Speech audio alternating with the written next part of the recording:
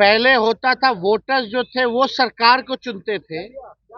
अब सरकार जो है वोटर्स को चुनने का काम कर रही है। इलेक्शन कमीशन जो है अब पॉलिटिकल पार्टी का टूल बन गया है कि मुख्यमंत्री जी ने एक शब्द भी एसआईआर के बारे में उन्होंने नहीं बात की। विजय चौधरी जी पुनरीक्षण और गहन पुनरीक्षण को मिला दी।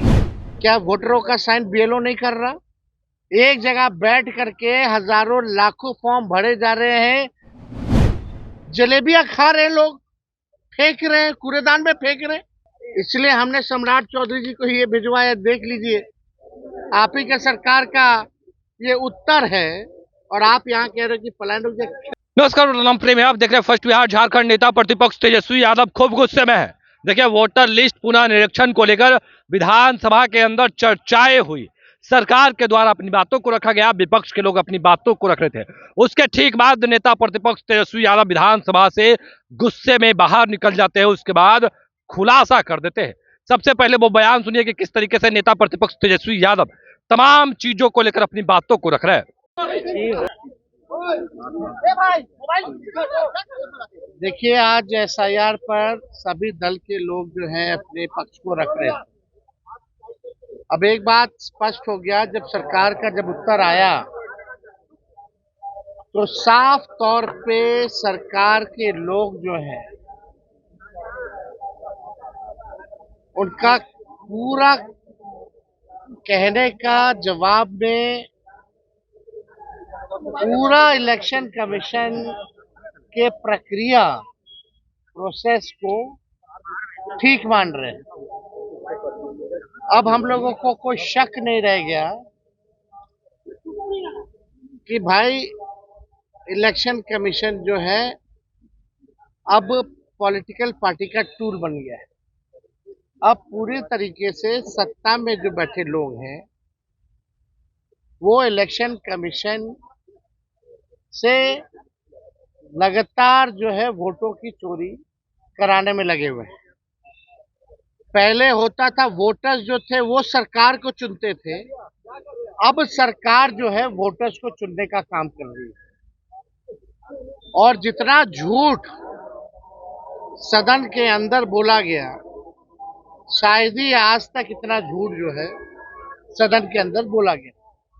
हम लोग तो उम्मीद और अपेक्षा कर रहे थे कि सरकार की तरफ से माननीय मुख्यमंत्री जी अपनी बात को रखेंगे। पूरे देश के लोग, बिहार के लोग मुख्यमंत्री जी को एसआईआर के विषय पर सुनना चाहते थे, लेकिन अफसोस कि मुख्यमंत्री जी ने एक शब्द भी एसआईआर के बारे में उन्होंने नहीं बात की। विजय चौधरी जी पुनरीक्षण और गहन पुनरीक्षण को मिला दिए। कौन चाहता है कि अवैध वोटर हो, फर्जी वोटर हो या बाहरी वोटर हो? इसमें तो कोई सवाल ही नहीं कर रहा। और इलेक्शन कमीशन के पूरे दस्तावेजों में देखेंगे, एफिडेविट में सुप्रीम कोर्ट में जो दिया है उसमें कहीं भी विदेशियों का जिक्र ही नहीं है। तो ये बात तो स्पष्ट है, अगर कोई बाहरी एक फर्जी वोटर बन गया है तो आपके सरकार में बना है। 5 से 25 कौन था मुख्यमंत्री? किसकी सरकार है? केंद्र में 11 साल से किसकी सरकार है? इस पे कुछ नहीं उन्होंने बोला।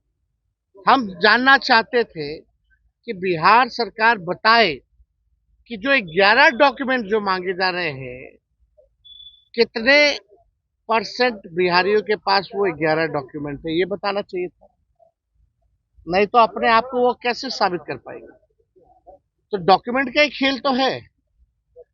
और बोला गया कि निष्पक्ष चल रहा है, अंगूठा नहीं मारा जा रहा। क्या वोटरों का साइन बीएलओ नहीं कर रहा? एक जगह बैठ करके हजारों लाखों फॉर्म भरे जा रहे हैं, किसी और का साइन किया जा रहा है, अंगूठा मारा जा रहा है, अपलोड किया जा रहा है। कई वीडियोस हम लोगों ने देख लिए, उदाहरण है, जलेबियां खा रहे हैं लोग, फेंक रहे हैं, कूड़ेदान में फेंक रहे हैं फॉर्म। ये पारदर्शिता है। ये प्रोसेस को ठीक मान रही है सरकार, यानी फर्जीवाड़ा हो रहा है पूरी तरीके से, केवल संख्या को पूरी करने के लिए, यानी सरकार जो है फर्जीवाड़ा करवा रही है। इसलिए सरकार जो है इलेक्शन कमीशन का जो है पक्ष ले रही है।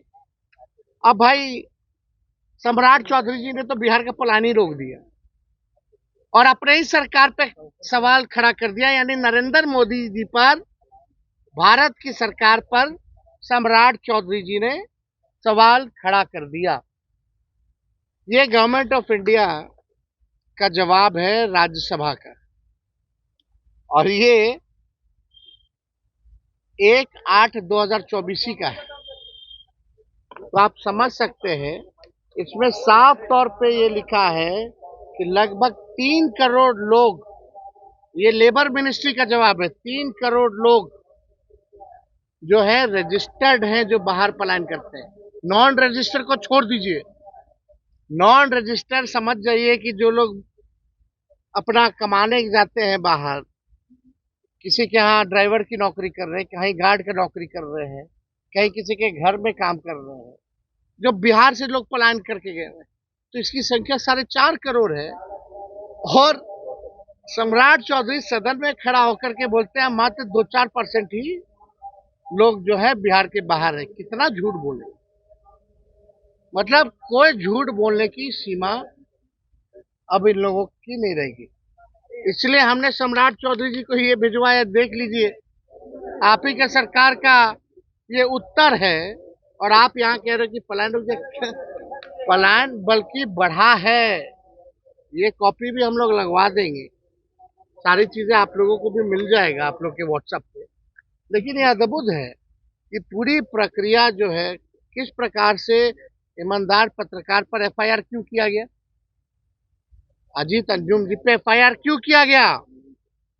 क्योंकि ग्राउंड रियलिटी उन्होंने दिखाया, एविडेंस उनके पास है, सबूत उनके पास है, फिर भी सरकार के लोग जो है अंधे बने हुए,